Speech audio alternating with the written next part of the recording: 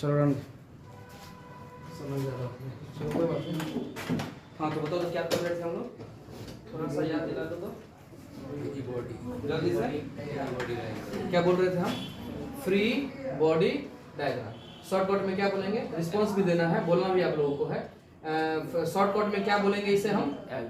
Free को F, B का मतलब बॉडी, डी का मतलब डायग्राम। क्लियर है? तो हम तुम्हें ये बता रहे थे जैसा इसका नाम है, अब फ्री का मतलब क्या हुआ?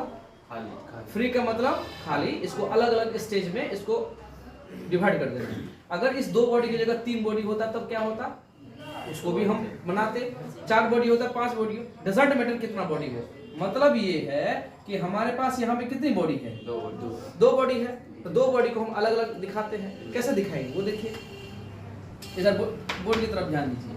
इसको सिंपल भाषा में देखा जाए इसके लिए तो यहाँ पर मैं लिख दूं कि फ्री बॉडी डायग्राम फॉर, किसके लिए फ्री बॉडी डायग्राम भाई? तो मोटका एम के लिए। मोटका एम मतलब बड़ा वाला एम। इसको अगर हम देखा जाए मेरे विचार से तो मैं ऐसे देख पा रहा हूं कि ये बड़ा वाला एम जो इस टाइप से है, बोर्ड की तरफ देखो ध्यान से, तो इसका मतलब बड़ा वाला एम है तो है। इस पे इधर फोर्स लगा रहा है कौन?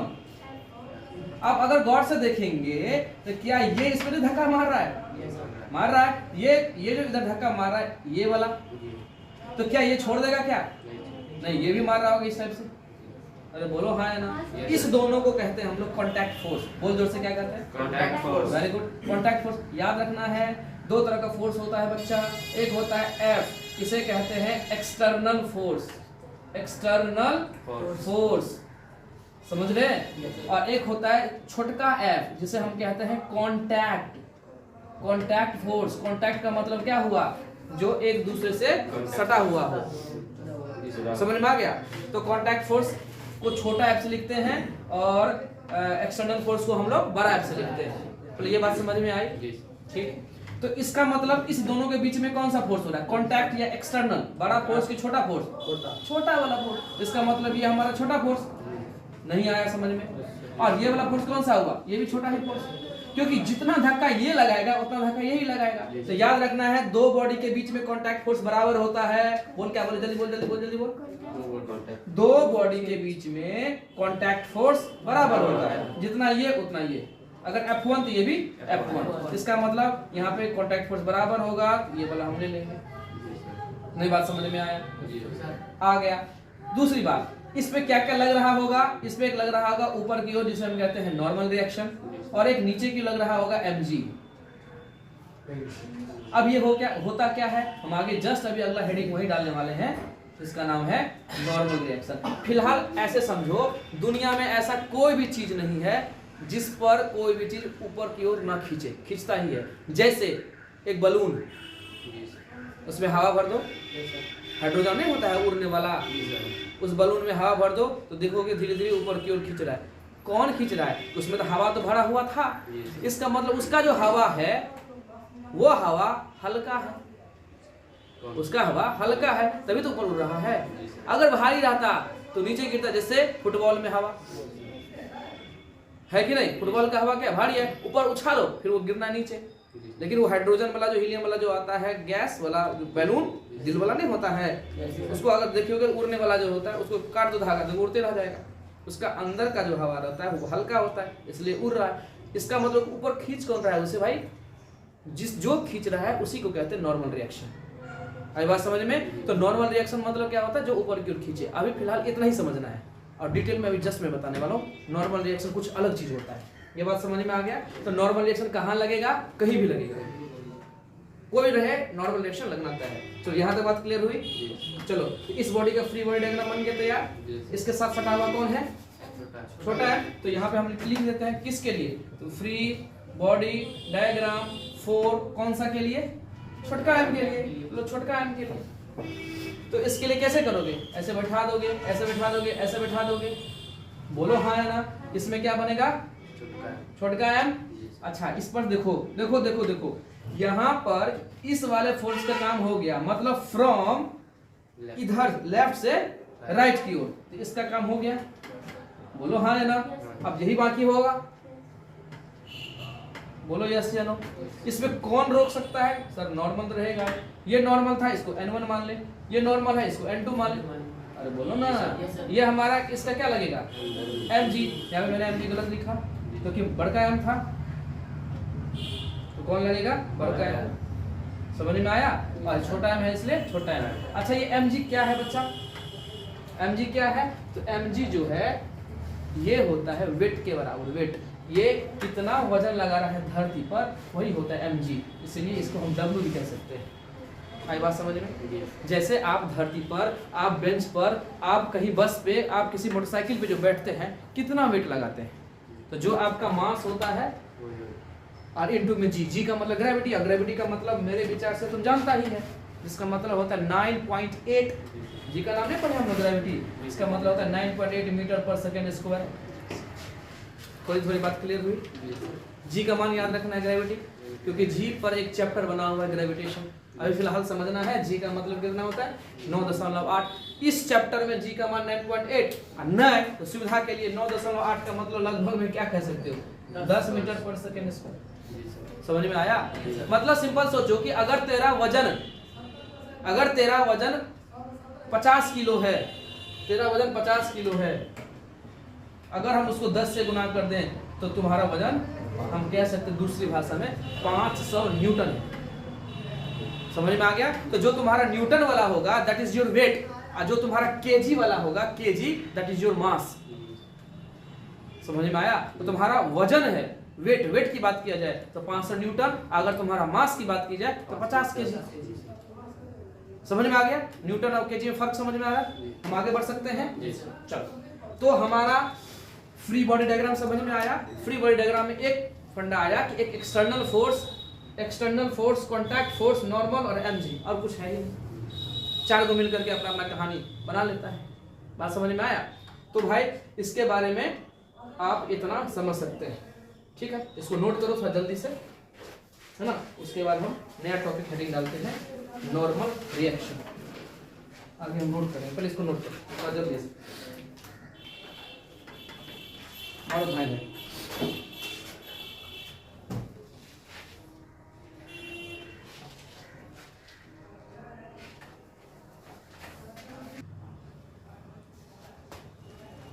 चलो अगला देखो टॉपिक। अगला टॉपिक क्या रहेगा? Normal reaction. चलिए क्या लिखूं मैं यहाँ पर? Normal reaction. क्या होता है नॉर्मल रिएक्शन? चलो समझते हैं। नॉर्मल रिएक्शन, ऐसा लग रहा है कि नॉर्मल रिएक्शन केमिस्ट्री में भी हम नाम सुने रिएक्शन का मतलब प्रतिक्रिया, यही ना होता है? और कैसा प्रतिक्रिया? तो कोई भी एक्शन हो उसका रिएक्शन होना फिक्स ही है कि कोई भी एक चीज को जब दूसरे चीज मिलाते हैं तो तीसरा चीज का निर्माण होता है, उसी को कहते हैं हम लोग थोड़ा सा रिएक्शन कहते हैं। रिएक्शन हो रहा है ना, एक्शन का जो रिएक्ट करेगा उसे रिएक्शन कहते हैं। खैर यहाँ पे नॉर्मल रिएक्शन क्या कहता है? कहता है कि अगर कोई वस्तु, सुनना ध्यान से, अगर कोई वस्तु, पहली पॉइंट क्या, स्टेशनरी हो, ऐसा हो। स्टेशनरी का मतलब समझा दो तो एक बार।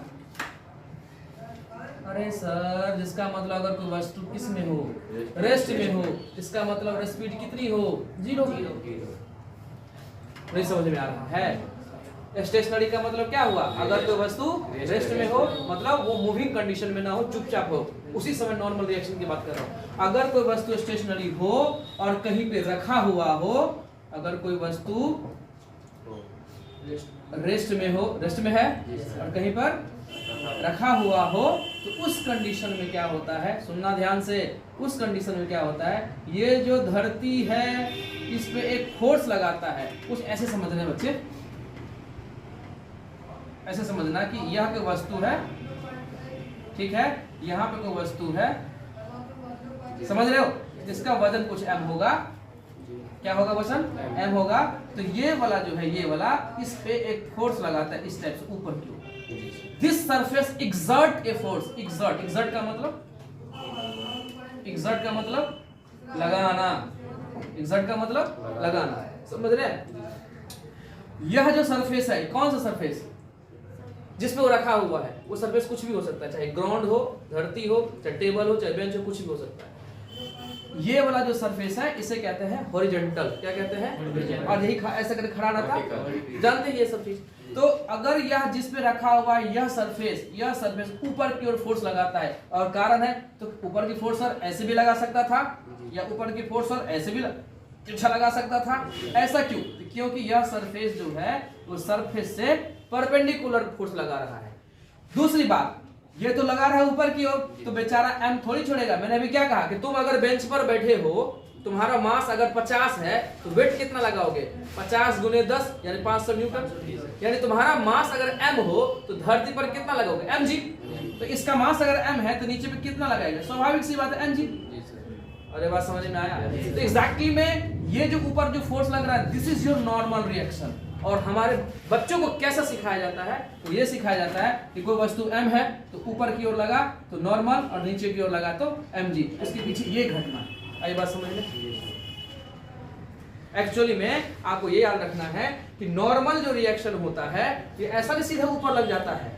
आपको याद रखना है कि नॉर्मल रिएक्शन वो रिएक्शन है जो कांटेक्ट सरफेस पे 90 डिग्री हो। अब देखो यहाँ कांटेक्ट सरफेस कहाँ है भाई? इधर कांटेक्ट सरफेस कहाँ है? कौन सा? ये सर कांटेक्ट सरफेस यही मिल रहा है, इसका 90 डिग्री। इसको अगर थोड़ा सा दिमाग को रिवाइंड करोगे, इसका मतलब पीछे की धंसेगा, देखो 90 डिग्री।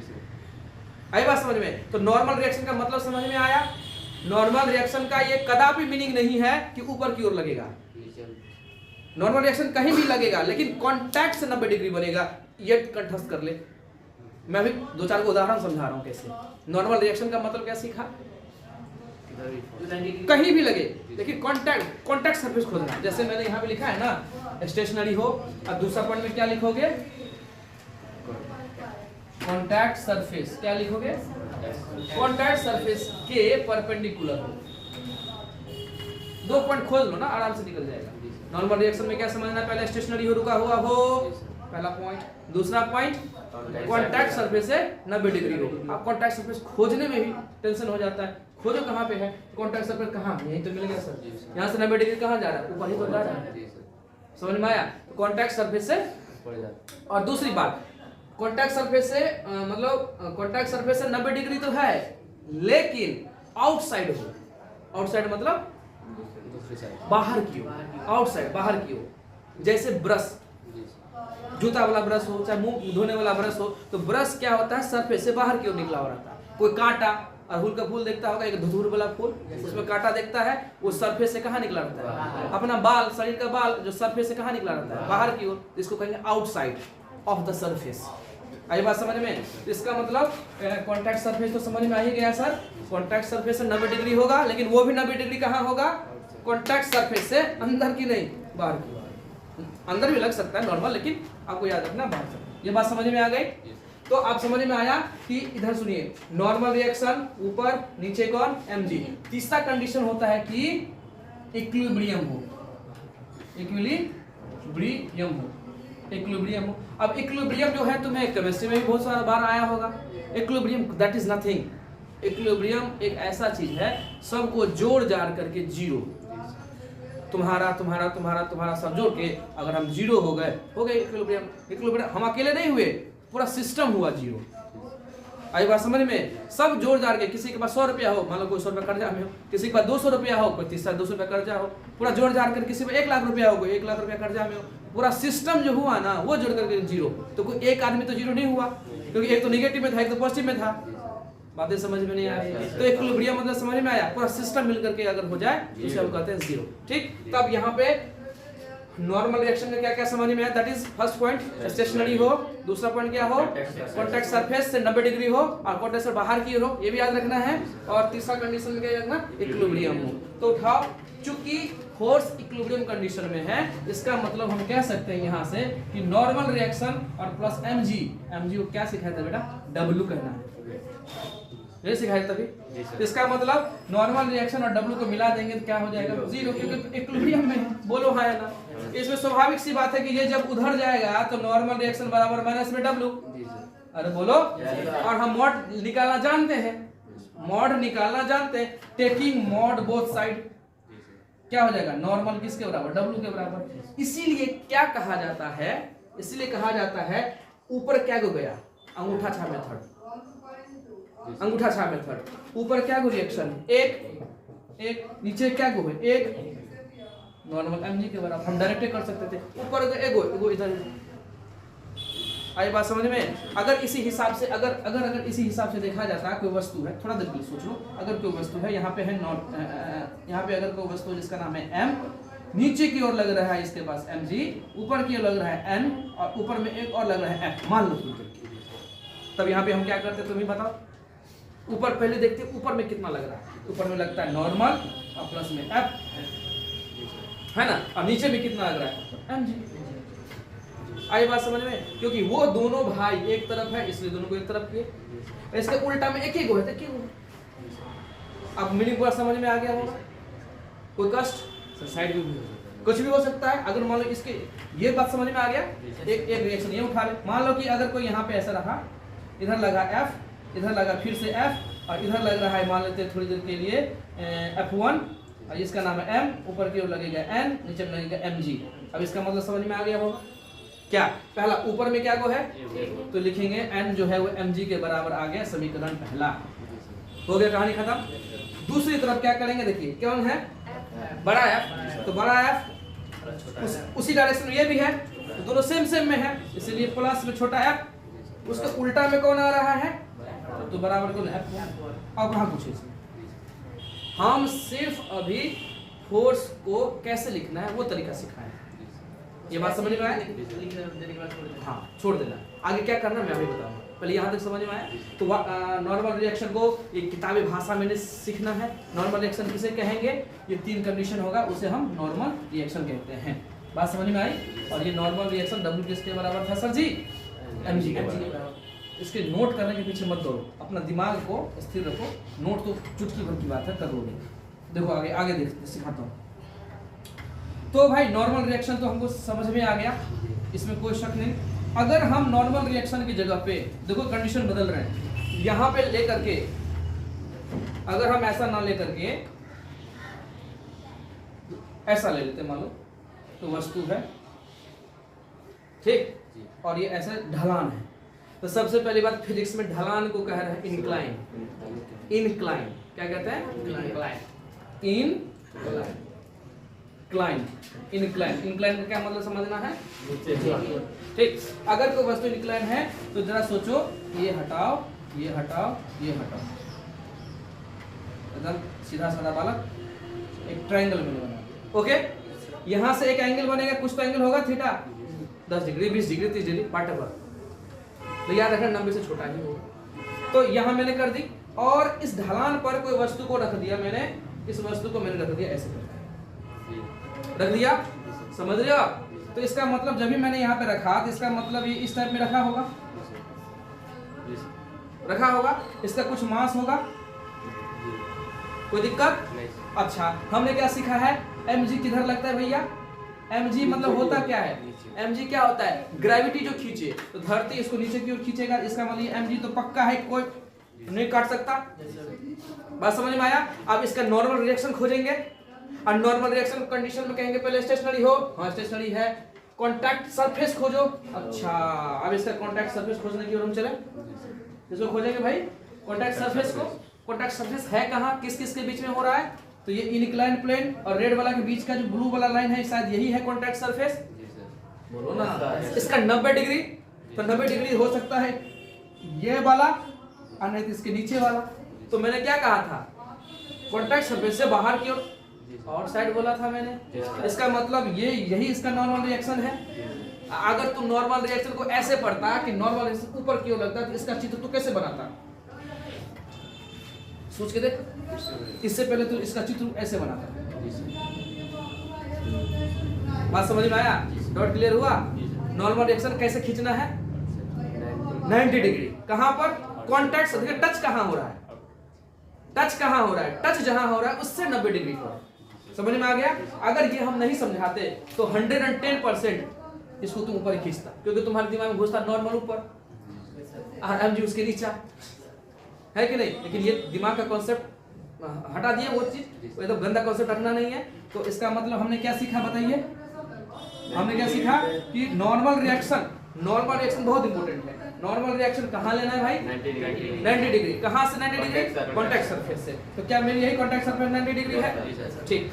अब एक बात याद रखना, कैसे याद रखोगे, देखो नॉर्मल के उल्टा में कोई फोर्स लगता है, नॉर्मल के उल्टा में कोई फोर्स लग रहा है mg, यहाँ भी लगेगा, लेकिन यहाँ जो लगेगा उसको थोड़ा ऐसे। एक बात अभी मैं तुम्हें नहीं समझा रहा हूँ, मैं आपको डायरेक्ट बता रहा हूँ कि जितना एंगल ये 10 डिग्री, ये भी 10 डिग्री, ये अगर थीटा, ये भी थीटा। ये क्यों होता है तो आप अगला चैप्टर में पढ़ोगे फ्रिक्शन में, उसका रीजन है angle of repose, angle of friction. अभी सोचो ना कि वो कुछ नहीं जानते हैं, समझते हैं कि जितना थीटा यहाँ उतना थीटा यहाँ। मुझे बात क्लियर हुई?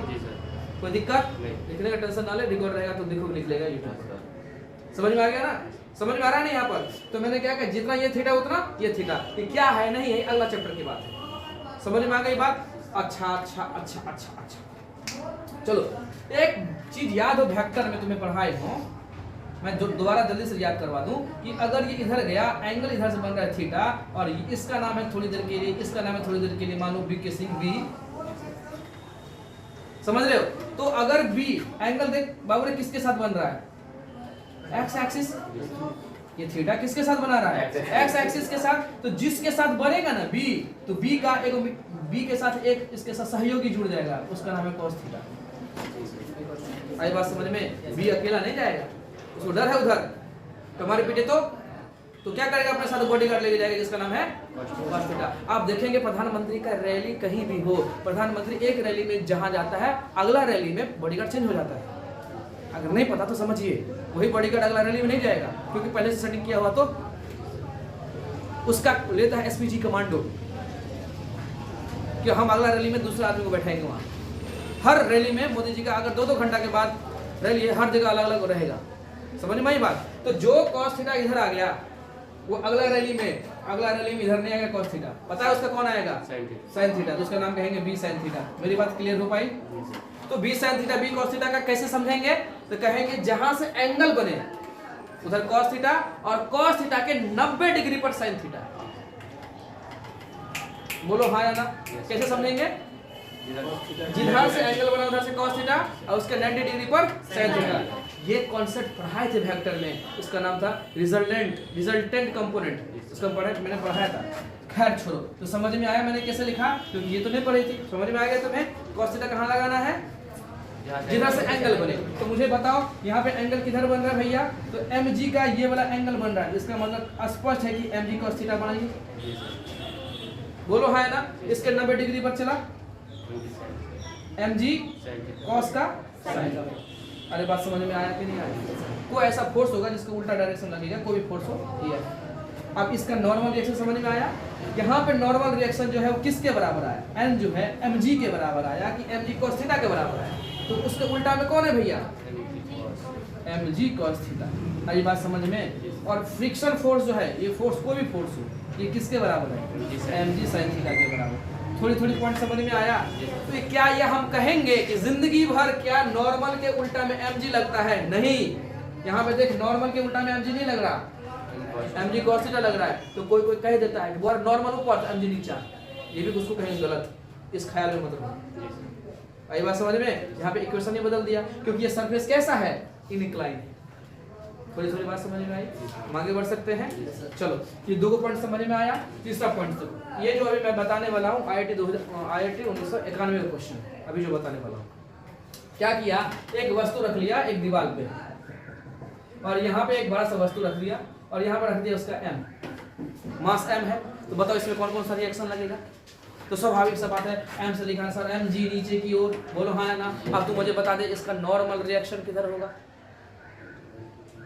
Very good. क्यों? कि कांटेक्ट सरफेस बाबू यहाँ है, इसका बाहर की ओर जगह वो हमारा नॉर्मल रिएक्शन होगा। फिर कंसेप्ट गड़बड़ा है ना? हमने क्या पढ़ा था कि नॉर्मल के उल्टा में क्या लग रहा है, यहाँ पे देख तो नॉर्मल उधर mg उधर, बीच में 90 डिग्री एंगल बन रहा है कि नहीं? इसका मतलब ये है हमारा नॉर्मल रिएक्शन। समझ में आया? देखो, इस नॉर्मल रिएक्शन को कोई ना कोई बैलेंस करके रखा होगा, ये वाला, और इसको ऊपर की ओर लगा रहेगा। इसको कहते हैं, ऐसे वाले सरफेस को कॉन्टैक्ट फोर्स, जिसका नाम होगा F। समझ में आया? इसका मतलब यहाँ पे कौन किसके बराबर होगा? देखो ये दीवार पे जो लग रहा होगा ये F होगा, ऐसे करके F होगा। पहला कंडीशन में F जो है नॉर्मल रिएक्शन के बराबर हुआ, और दूसरा में क्या कहेंगे, छोटका F जो है वो mg के बराबर में।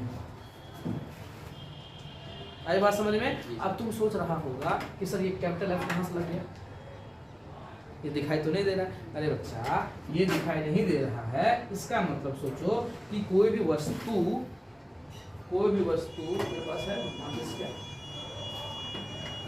यही मान लेता हूँ ना, कोई भी वस्तु इस टाइप का है, कोई भी वस्तु इस दीवार पे ऐसे थोड़ी खड़ा होगा जब तक इसको हम दाबे नहीं।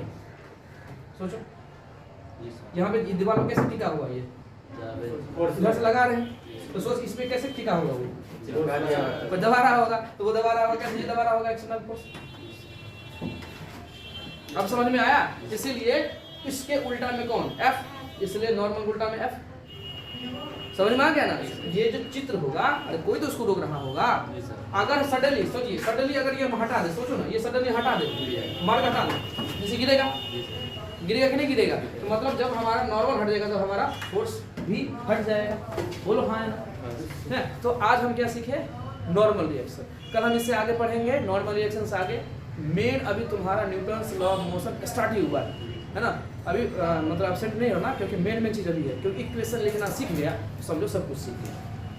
ओके, तो मेरे विचार से इतना ही रहने दो, समय बहुत ज़्यादा हो गया आज तुम्हारा। हाँ, कल से हम अपना टाइम पे स्टार्ट करेंगे, 10-20 से स्टार्ट कर देंगे, 10-10 से, है ना? नोट करो, और नहीं तो हम इसको डालेंगे तो नोट करो, तुम्हारी इच्छा।